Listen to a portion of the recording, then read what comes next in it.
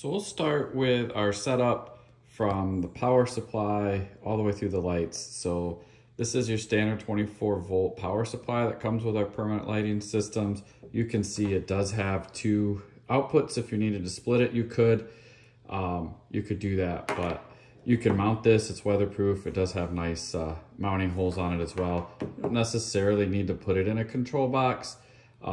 It'll help, but if it's under a soffit or an overhang on a roof or something like that, it'll work really good. So from there, the next component would be your adapter from your power supply. It's a 2-prong adapter. It takes your power supply and puts it into a 3-prong system that goes into the controller.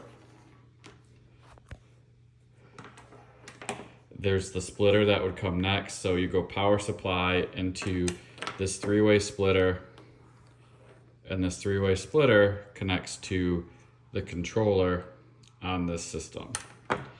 And so what happens is it goes power to controller and then out to lights. This is an adapter that is 4-wire light system. So you're going to a 3 to 4-wire light system. Next up are just the lights. These are a 4-wire system pebble light with the connectors that go in, and these just snap into the SmartTrack system.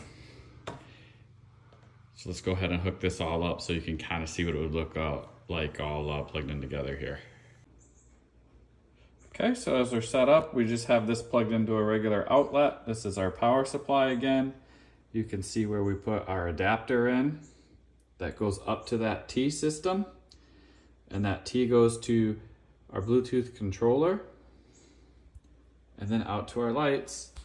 And our lights are snapped into this track here really quick. This is just a 2-foot section of lights that we put in. But it's that simple, and you just keep running more and more lights end to end on this to do that. And check out our other videos to see how we install these and sync controllers together. But this is just a basic overview of how these systems plug in together.